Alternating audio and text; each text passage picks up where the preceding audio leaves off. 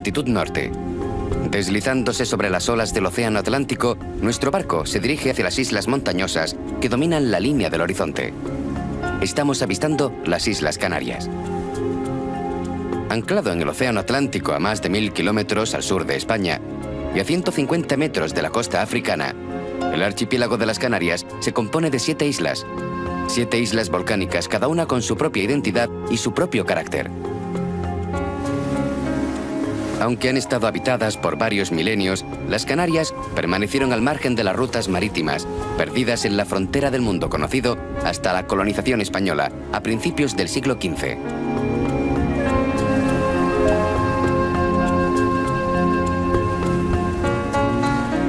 En Tenerife, la más extensa de las 7 islas del archipiélago, comienza nuestro viaje. El mundo desde un crucero. Las Islas Canarias.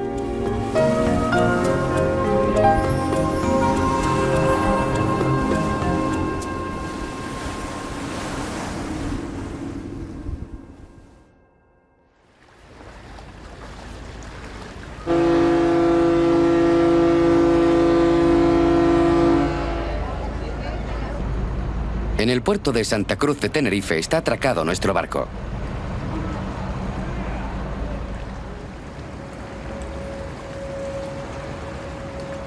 En 1494, tras haber derrotado a las tribus de la isla, el conquistador Alonso Fernández de Lugo dio nombre a esta ciudad, alzando sobre sus orillas todavía desiertas una cruz de madera.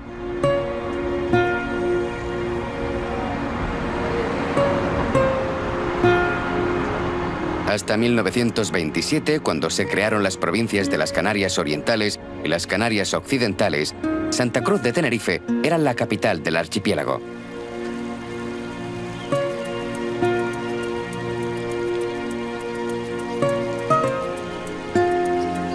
Obedeciendo a las relaciones de España con sus colonias del Nuevo Mundo, la actividad en Santa Cruz de Tenerife continuó durante el curso de los siglos. Los periodos de prosperidad, relacionados con la cultura de la caña de azúcar, de la vid o del plátano, se alternan con otros marcados por la emigración de sus habitantes hacia América Latina, sobre todo a Cuba y Venezuela.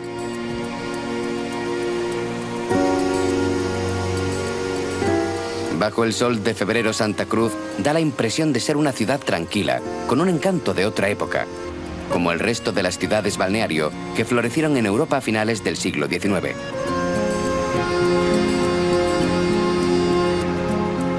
Pero las apariencias engañan. Dentro de unas semanas, las masas de turistas asaltarán las calles de Santa Cruz y los numerosos hoteles que bordean las playas del sur de la isla. Pero Tenerife y todas las Islas Canarias se merecen algo más que algunos clichés. Aquí la naturaleza es exuberante, diversa y espectacular.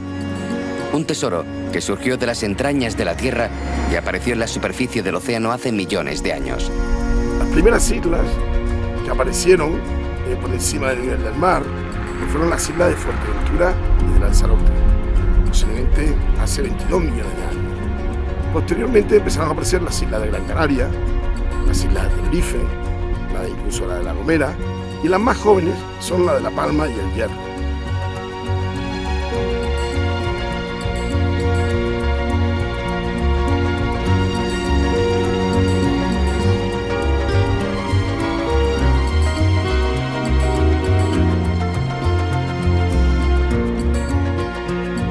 A lo largo de su historia vulcanológica, Canarias, fundamentalmente en la isla de Gran Canaria y la isla de Tenerife, ha sido escenario de erupciones de mayor índice de explosividad que aquellas erupciones que son más comunes.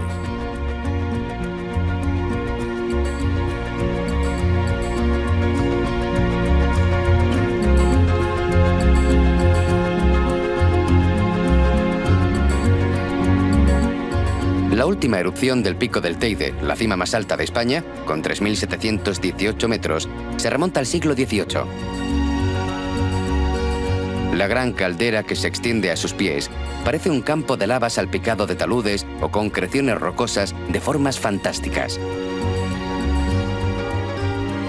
La paleta de colores que anima estas esculturas naturales se debe a la diversidad de rocas que las componen y a los minerales que éstas contienen.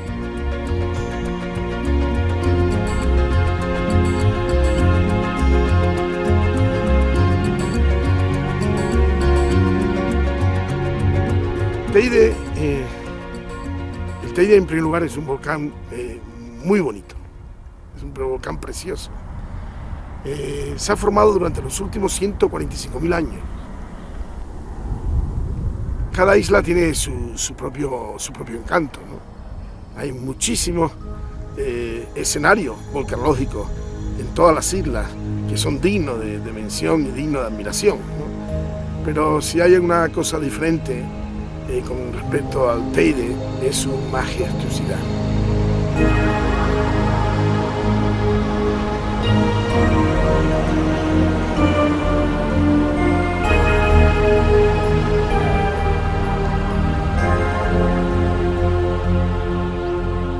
Con el tiempo, este volcán destructivo se ha convertido en benefactor, llenando las tierras agrícolas de ricos minerales contenidos en la lava.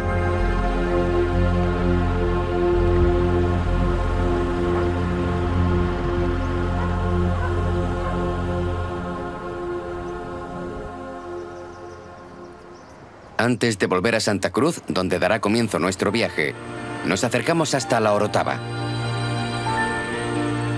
Fundada en el siglo XVI, la Orotava ha sabido conservar su centro histórico, donde las iglesias de inspiración barroca se mezclan con las casas nobles de arquitectura canaria, como la Casa de los Balcones, con sus elaborados balcones y sus patios sombríos.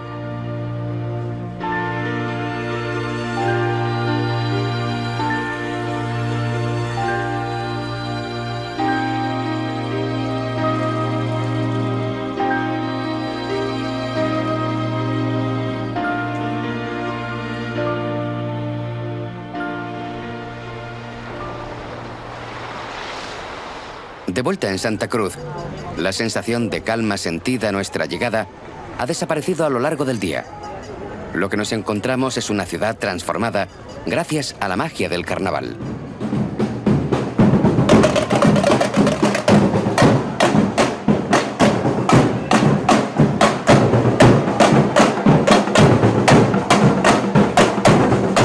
Importado por los conquistadores en el siglo XV, el carnaval se popularizó de inmediato, a pesar de las reticencias de la Iglesia. Fue prohibido bajo el franquismo, pero volvió a renacer a principios de los años 70, hasta convertirse en lo que hoy es el carnaval más grande del mundo después del de Río de Janeiro. Las murgas, cantantes y músicos satíricos que se burlan de la vida política de la isla, y las comparsas, personas disfrazadas en grandes grupos. El carnaval reúne toda una población que vive por y para este evento. El carnaval de Tenerife está hecho por el pueblo y para el pueblo.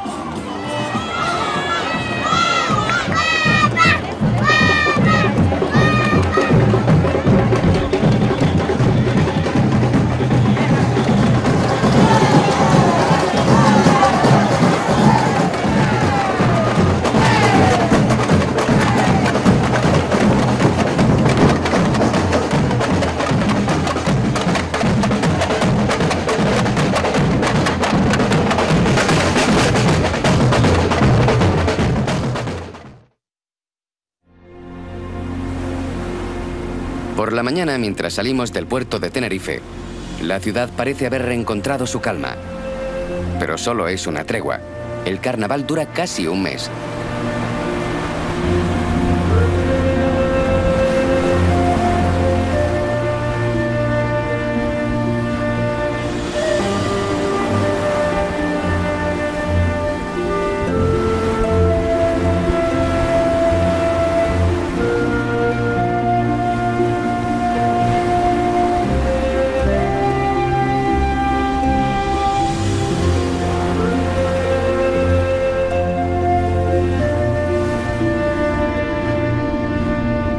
Durante todo el día, navegamos por las costas de Tenerife. El espectáculo que ofrecen estas montañas de formas dentadas, sumergiéndose en el azul del océano Atlántico, es grandioso. Pronto el comandante pondrá rumbo hacia el este para alcanzar nuestra próxima parada, la isla de Gran Canaria.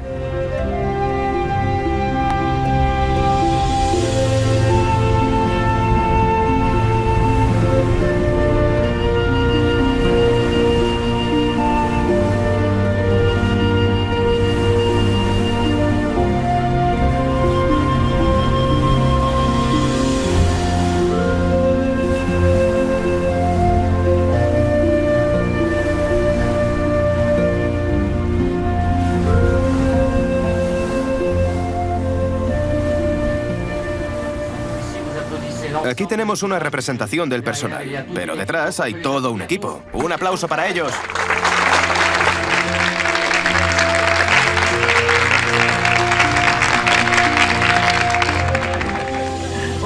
En nombre de nuestro comandante y del resto del equipo, les deseamos que disfruten de esta agradable noche de gala que va a tener lugar en nuestro restaurante. ¡Salud, señoras y señores! Voy para Marcané, voy para Mayarín.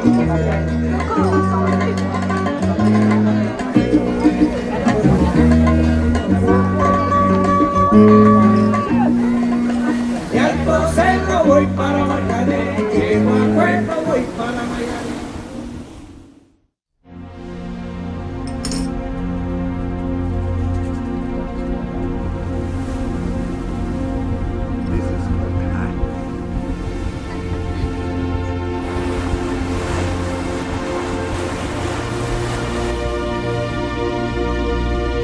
Tras una noche de navegación, por fin avistamos Las Palmas.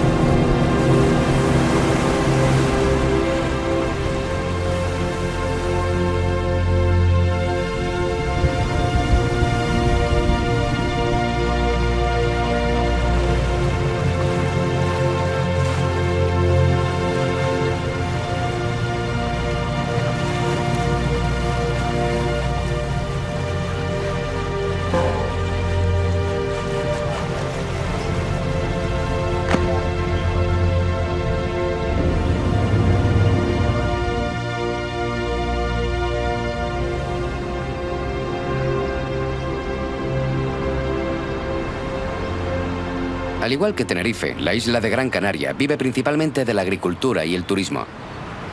Las Palmas, para muchos, la verdadera capital de las Canarias, es una metrópolis que ofrece múltiples caras, difícil de encasillar. Al contrario que la Orotava, no tiene un centro histórico coherente.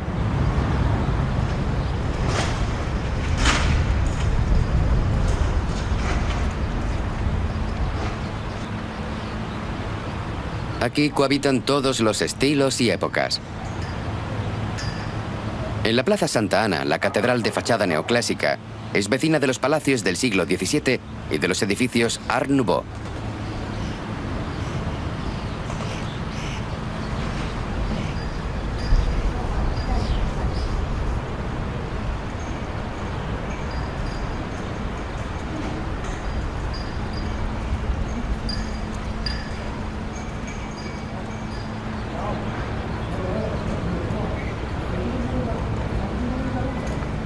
Superada nuestra primera impresión, nos dirigimos hacia el que es sin duda el monumento más bonito de la ciudad, la Casa Colón.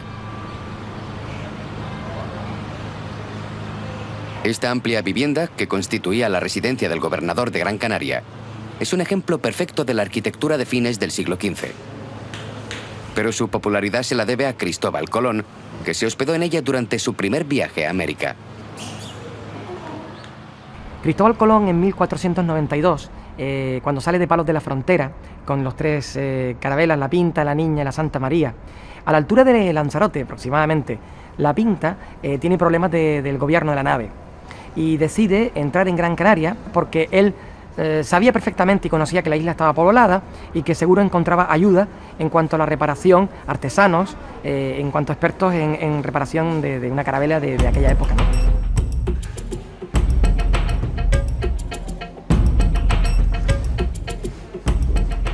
Al escoger la ruta de las Islas Canarias para todos sus viajes hacia el Nuevo Mundo, Cristóbal Colón puso de manifiesto la particular situación de este archipiélago justo en el cruce de tres continentes. Durante todo el siglo XVI, las Canarias sirvieron como referencia para los navegantes. Actuando como trampolín hacia las Américas, se usaban para el abastecimiento de víveres, barcos, hombres y productos destinados al comercio en América, como el plátano y la caña de azúcar. El Museo de la Casa Colón rinde homenaje a los viajes del famoso navegante. Pero con sus esculturas provenientes de México o de Ecuador, el museo también honra a las civilizaciones que a la llegada de Colón fueron arrasadas por los conquistadores, las civilizaciones precolombinas.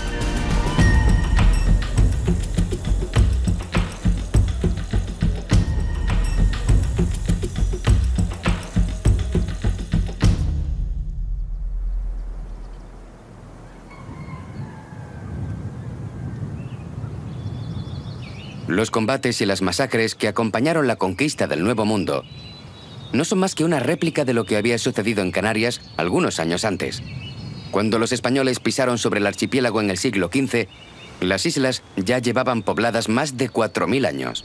Es cierto que hay un cierto misterio que se quiere fomentar en torno a las poblaciones prehispánicas, pero en realidad no hay tantos misterios. Los cronistas de la conquista, los primeros viajeros, insisten en que los habitantes de las islas no sabían navegar y además desarrollan unas culturas muy insulares que demuestran que no hay contactos entre ellos. Cada población y cada isla tenía su propio gentilicio.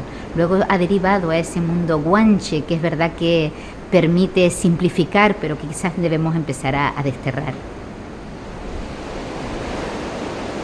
Estos pueblos llegaron a las islas en varias olas sucesivas. La última, que se componía de bereberes llegados de África del Norte, tuvo lugar en torno al año 1000 a.C. En las cercanías de Galda, que era la capital de Gran Canaria cuando llegaron los españoles, los arqueólogos han restaurado un enclave único.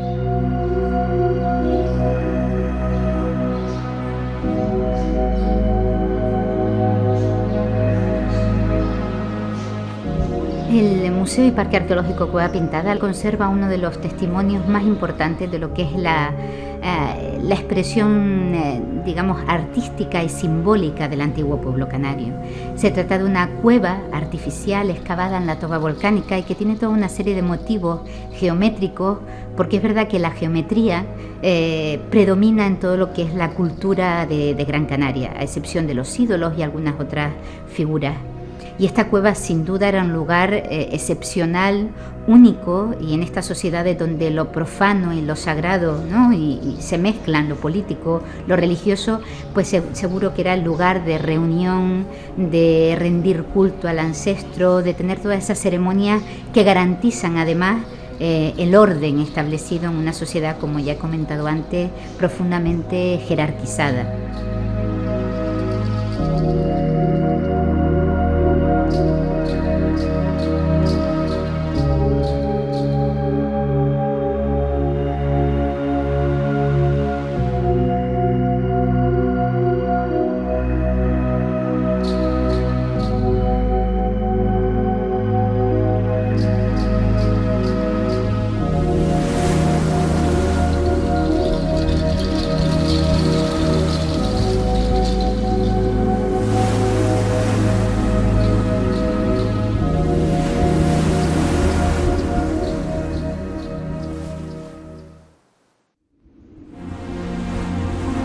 A la mañana siguiente dejamos Gran Canaria para comenzar una nueva ruta en dirección a la isla de La Palma.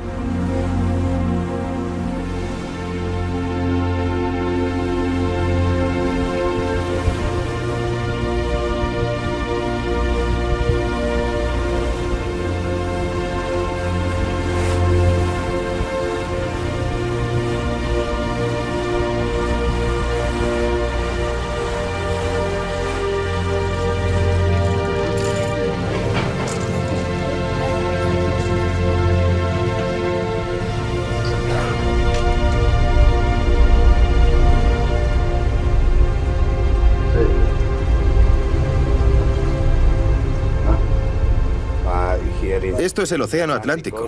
Aquí siempre hay viento y un poco de oleaje. Pero, como podréis observar a lo largo del crucero, eso no supone ningún problema. Se nota un poco, pero este barco está preparado para este tipo de navegación. El problema es cuando cambia el viento y empieza a soplar del sur. Entonces no hay quien lo pare. Incluso hay algunos puertos que tienen que cerrar. Pero eso solo pasa un par de veces al año.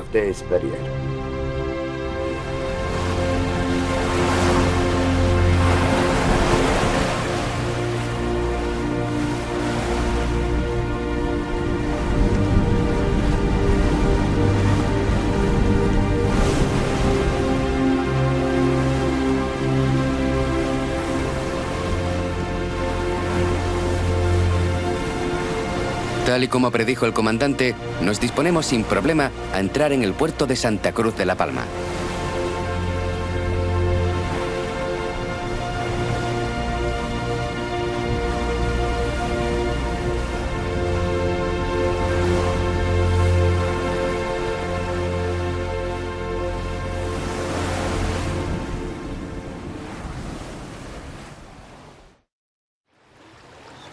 La conquista española, el sometimiento de los habitantes de la isla o su posición en la ruta hacia las Américas.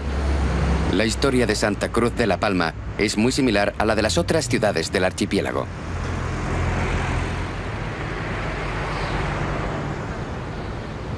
Sin embargo, tiene un encanto particular, con sus casas de fachadas color pastel, con balcones tradicionales de pino y sus calles pavimentadas que desembocan en la Plaza de España, dominada por la magnífica Iglesia del Salvador.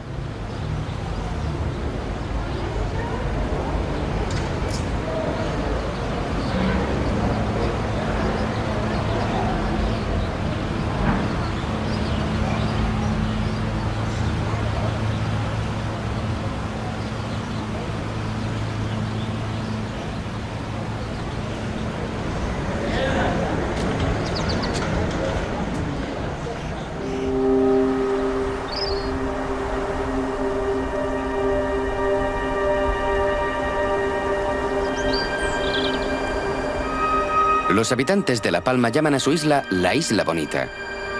Bonita y misteriosa entre las brumas matinales que envuelven la caldera de Taburiente.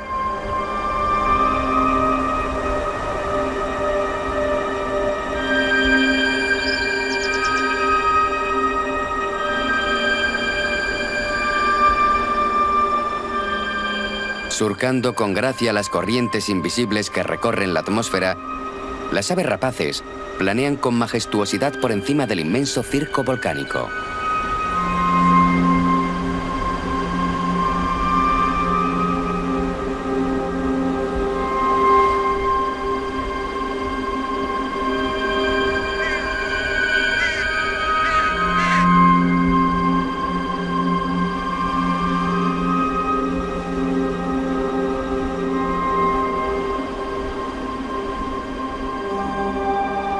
Como si fuera una isla flotando en la superficie del agua, las rocas negras del volcán emergen en un océano de nubes blancas que se extiende hasta el horizonte.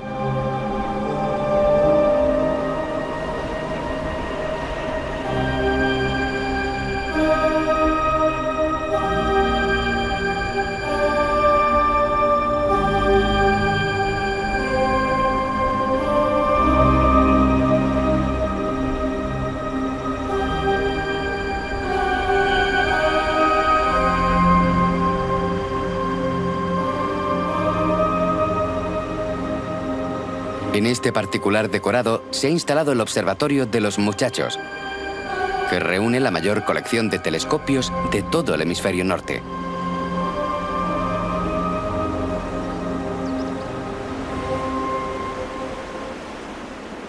Bueno, la isla de La Palma, desde que el observatorio empezó en el año 85, reúne unas condiciones excepcionales para la astrofísica. Es un lugar elevado, por encima de los 2000 metros, que deja el mar de nubes por debajo. Tiene un cielo muy limpio, muy transparente, con muy poca turbulencia y bueno, hay muy poca contaminación lumínica, algo que no se encuentra en muchos sitios del mundo. Así, cuando empezaron en la década de los 70, algunos astrónomos a darse cuenta de este valor, pues empezaron a destinarse más esfuerzos para crear este observatorio.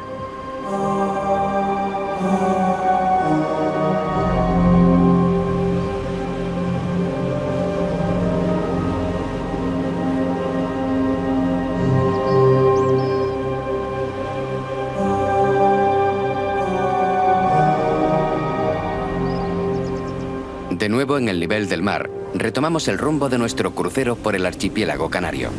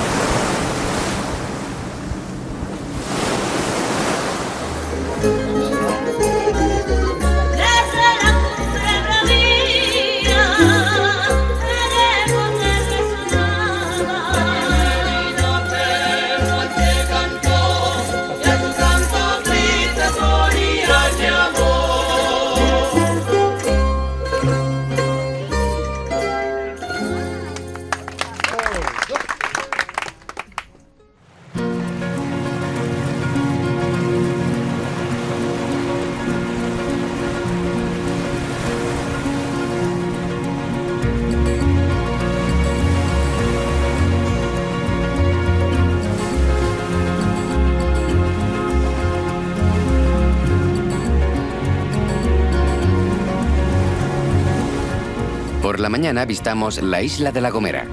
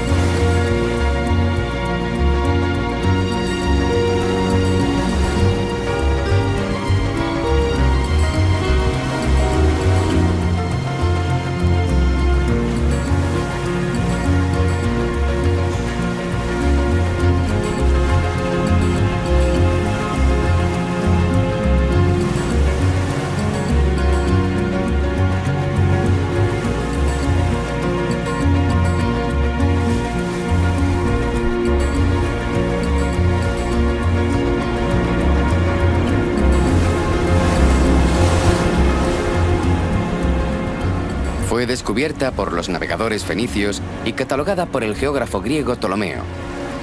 La Gomera, que sirvió de hospedaje a Colón en sus viajes hacia el Nuevo Mundo, recibe el nombre de Isla Colombina.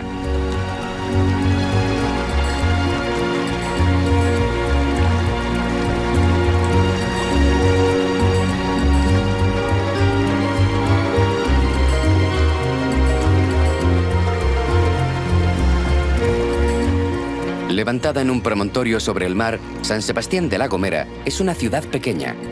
Tan pequeña y tan tranquila que sus propios habitantes la llaman La Villa.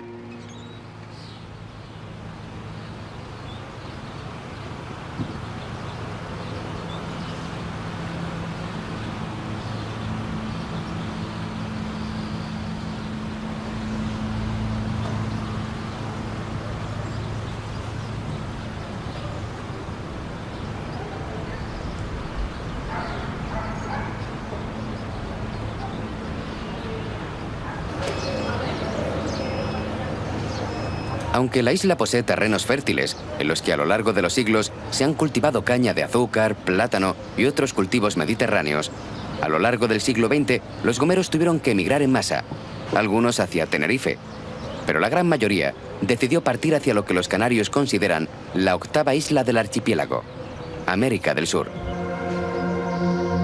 En los 2 últimos millones de años, en La Gomera, no ha tenido lugar ninguna erupción volcánica. Como resultado, tiene un relieve escarpado marcado por la erosión y surcado por numerosos cañones. Un paisaje único que se observa en el interior del Parque Nacional de Garajonay.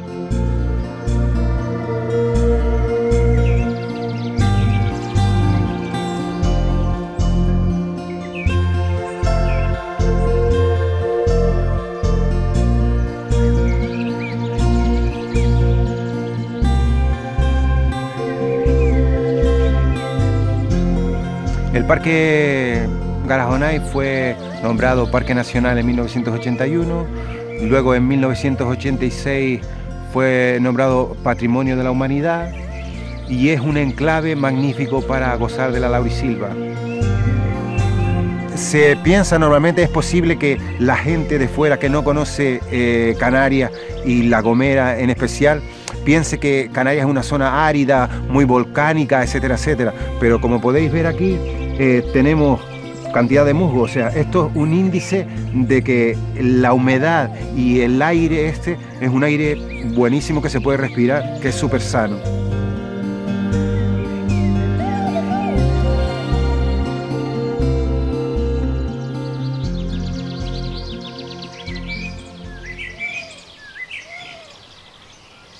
Gracias a la humedad y a la fertilidad de la tierra volcánica, son muchas y muy variadas las culturas que se han desarrollado en las terrazas dispuestas en los flancos de las montañas o de los cañones y barrancos que surcan la isla.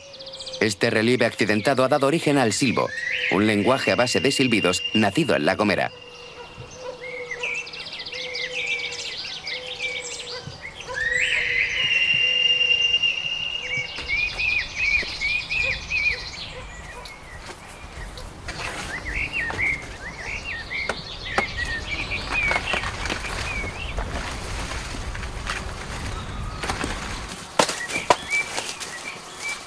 Lo del silbo, bueno, lo del silbo aquí es por la orografía del terreno, ¿no? Para comunicarte con alguien de aquella montaña a esta, pues bajar y luego subir tardaba mucho, ¿no? Entonces el silbido, pues es al instante. Es un medio de comunicación, captar lo que le contestan.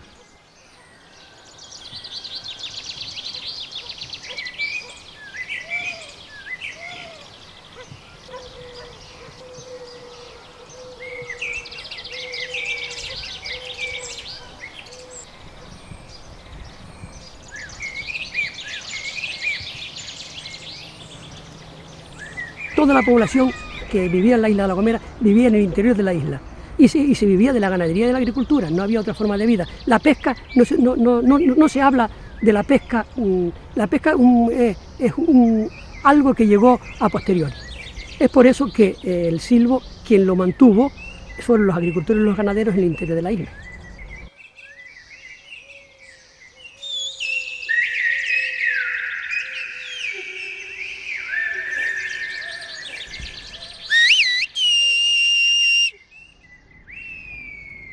Le voy a decir que le dé la mano a Yarenita.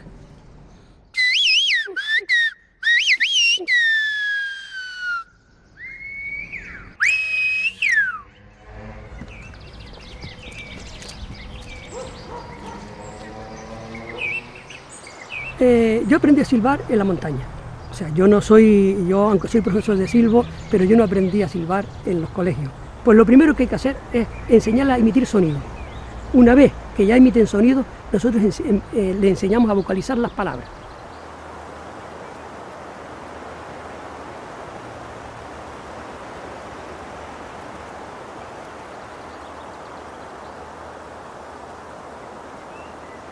A la isla de La Gomera, una isla muy difícil de caminar, llegó muy tarde los medios de comunicación modernos.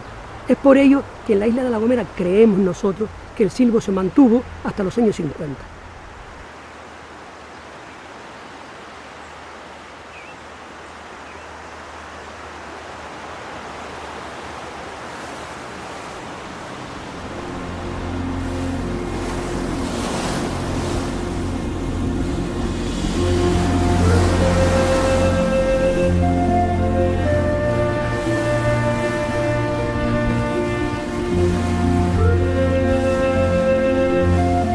Dejamos atrás La Gomera. Siguiendo nuestra ruta, ponemos rumbo al este en dirección a la última parada de nuestro crucero, la isla de Lanzarote.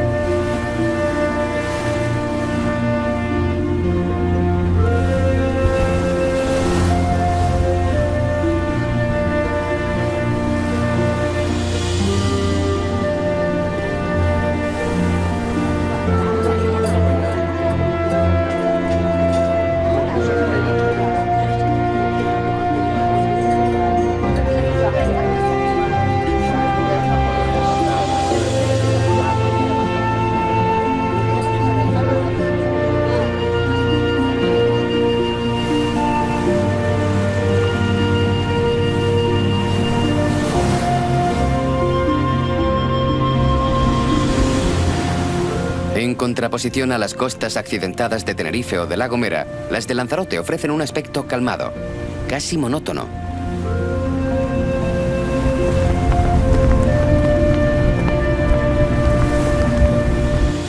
Solo algunos pequeños conos volcánicos salpican aquí y allá la línea del horizonte.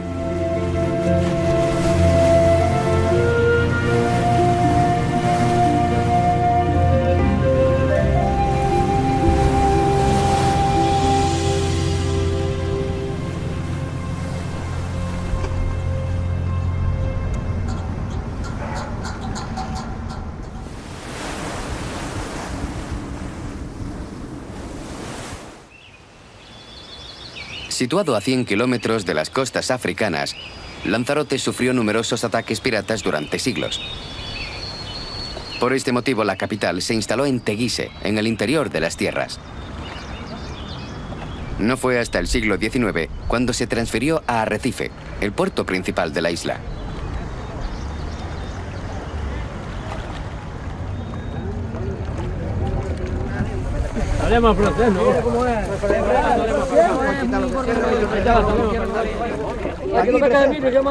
Poco a poco. 302. Vamos, mira qué bonito. Mira qué lindo, mira qué lindo. La pesca fue la actividad principal de Lanzarote por mucho tiempo. Pero esa época es agua pasada.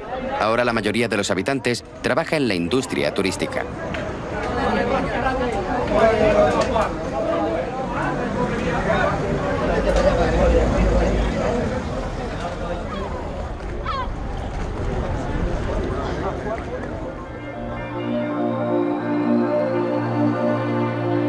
La atracción turística principal de la isla es el Parque de Timanfaya.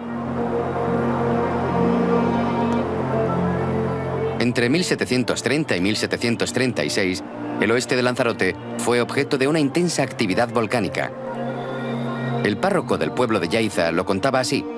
El 1 de septiembre, entre las 9 y las 10 de la noche, la tierra se abrió de repente cerca de Timanfaya, a 2 millas de allí.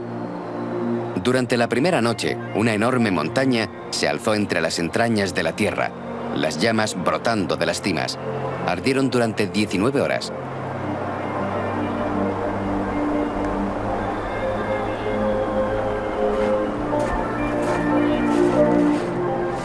Este paisaje que nos encontramos ahora, tan árido, un paisaje lunar de otro planeta, antes de la erupción fue el territorio más fértil de toda la isla, cubierto de campos de cereales.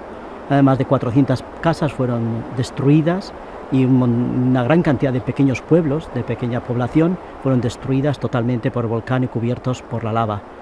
Fue una catástrofe absolutamente para la isla. 6 años lloviendo cenizas volcánicas, la parte más fértil de la isla desapareció, la parte de la isla donde había agua precisamente para el territorio, y mucha gente tuvieron que huir a otras islas o la migración, sobre todo Venezuela y Cuba. Durante años, por esa razón, Lanzarote fue la isla más pobre de Canarias.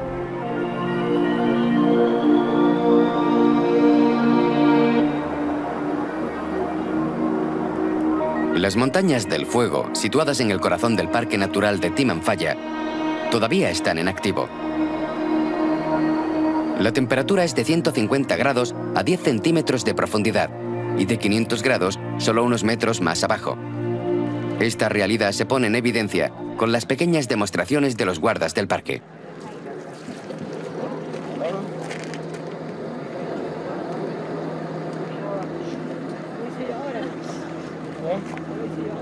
Es igual. Cámara ready, listo.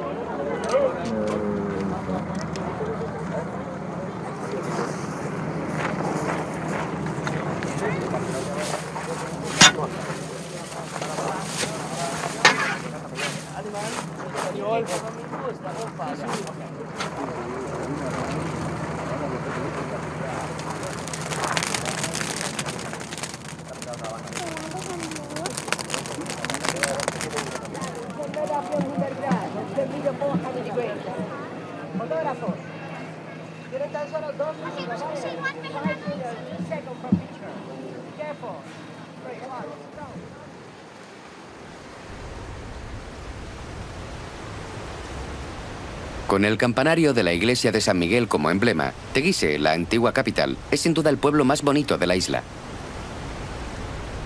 Por su variedad de colores y materiales y la simplicidad de sus formas, este pueblo es toda una obra de arte desde la fachada de su iglesia hasta la más modesta de sus casas.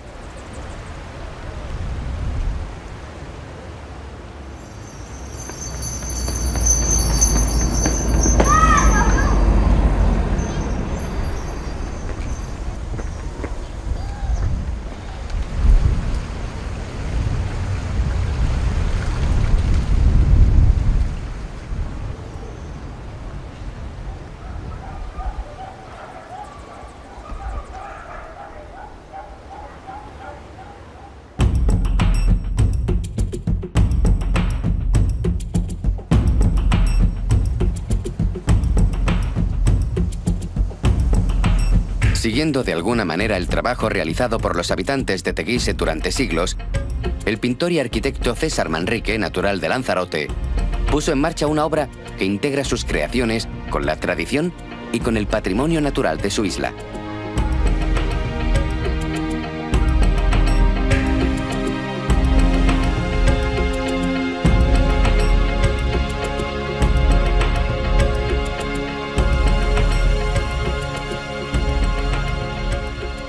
La arquitectura tradicional de Lanzarote es una arquitectura que responde muy bien a los condicionantes del clima de la isla. Siempre los lanzaroteños buscaron refugiarse de los agentes atmosféricos, en este caso del viento, de la luz, etc. César Manrique utiliza ese mismo concepto para desarrollar esta casa, lo que pasa que desde una perspectiva muy moderna. Es decir, lo que antes era una burbuja que utilizaban los agricultores para plantar higueras, ahora Manrique lo utiliza como espacio para vivir. Es decir, ese es el cambio. Entonces, y luego las decora a su manera absolutamente moderna y pop, pero en el fondo está haciendo lo mismo que hicieron los agricultores de la isla, responder con eficacia a los condicionantes del clima, obviamente aquí desde una perspectiva rabiosamente moderna.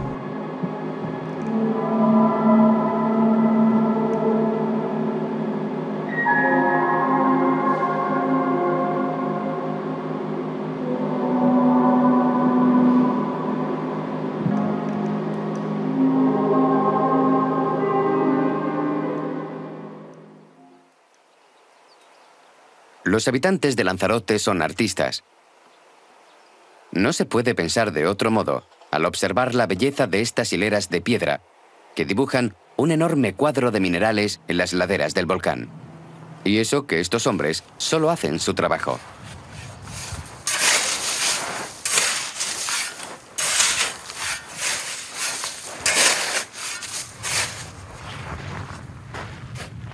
Después de la erupción, normalmente antes eran tierras casi abandonadas. Lo que pasa es que vino y mira, hay zonas de volcán que muchos de los volcanes aprovecharon los huecos para plantar una higuera, una barra de moscatel, y aquí como había más arena, más picón, entonces se aprovechaba para plantar lo que son parras, higueras y cosas de eso, algún guayadero y cosas de eso.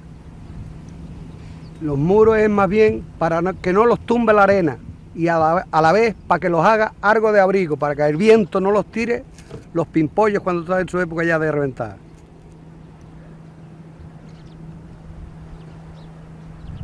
Aquí llueve muy poco. El picón es una forma que guarde la humedad del agua. Y cuanto más picón, más humedad tenemos. Hace un año y pico que no cae nada, ni una gota. Seco total. Por lo que veo, yo no he caminado mucho mundo, pero creo que es único en el mundo. Estos hoyos que se hizo a mano. No es ninguna máquina, la mano del hombre esto.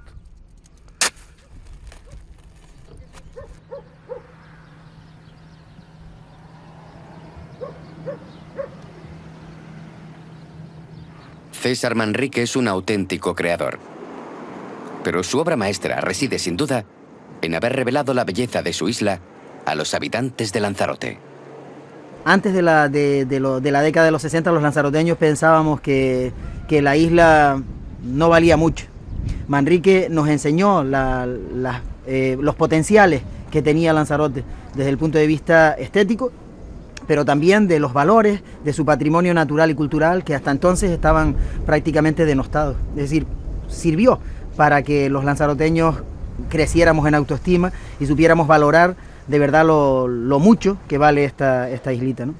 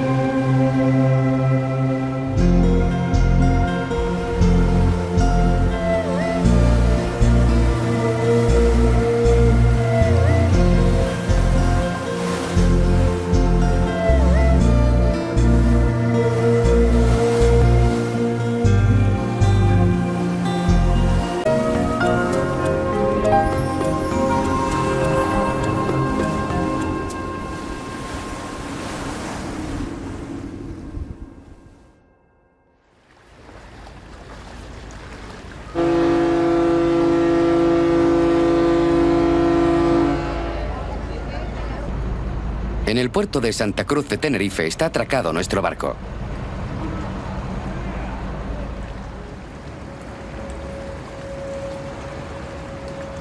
En 1494, tras haber derrotado a las tribus de la isla, el conquistador Alonso Fernández de Lugo dio nombre a esta ciudad, alzando sobre sus orillas todavía desiertas una cruz de madera.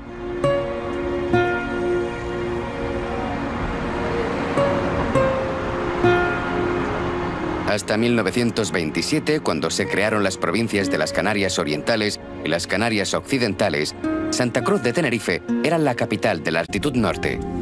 Deslizándose sobre las olas del Océano Atlántico, nuestro barco se dirige hacia las islas montañosas que dominan la línea del horizonte.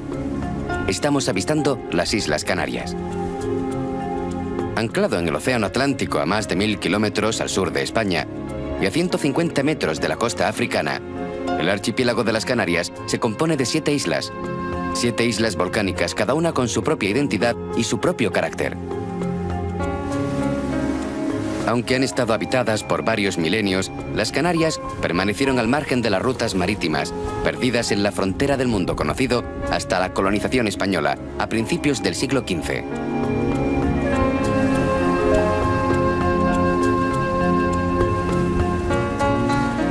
En Tenerife, la más extensa de las 7 islas del archipiélago, comienza nuestro viaje. El mundo desde un crucero. Las Islas Canarias. Pero Tenerife y todas las Islas Canarias se merecen algo más que algunos clichés. Aquí la naturaleza es exuberante, diversa y espectacular. Un tesoro que surgió de las entrañas de la Tierra y apareció en la superficie del océano hace millones de años. Las primeras islas que aparecieron por encima del nivel del mar fueron las islas de Fuerteventura y de Lanzarote, posiblemente hace 22 millones de años. Posteriormente empezaron a aparecer las islas de Gran Canaria, las islas de Tenerife, incluso la de La Gomera, y las más jóvenes son la de La Palma y el Hierro.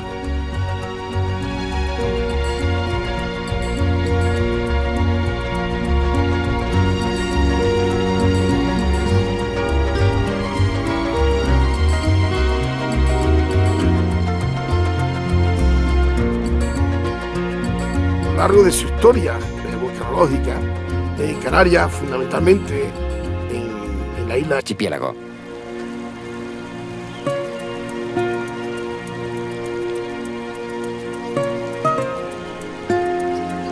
Obedeciendo a las relaciones de España con sus colonias del Nuevo Mundo, la actividad en Santa Cruz de Tenerife continuó durante el curso de los siglos.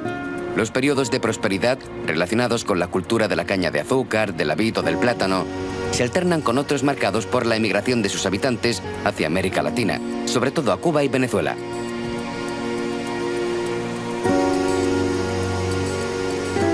Bajo el sol de febrero, Santa Cruz da la impresión de ser una ciudad tranquila, con un encanto de otra época, como el resto de las ciudades balneario que florecieron en Europa a finales del siglo XIX.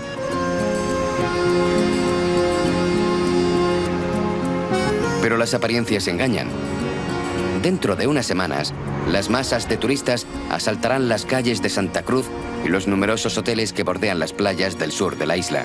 Gran Canaria y la isla de Tenerife han sido escenarios de erupciones de mayor índice de explosividad que aquellas erupciones que son más comunes.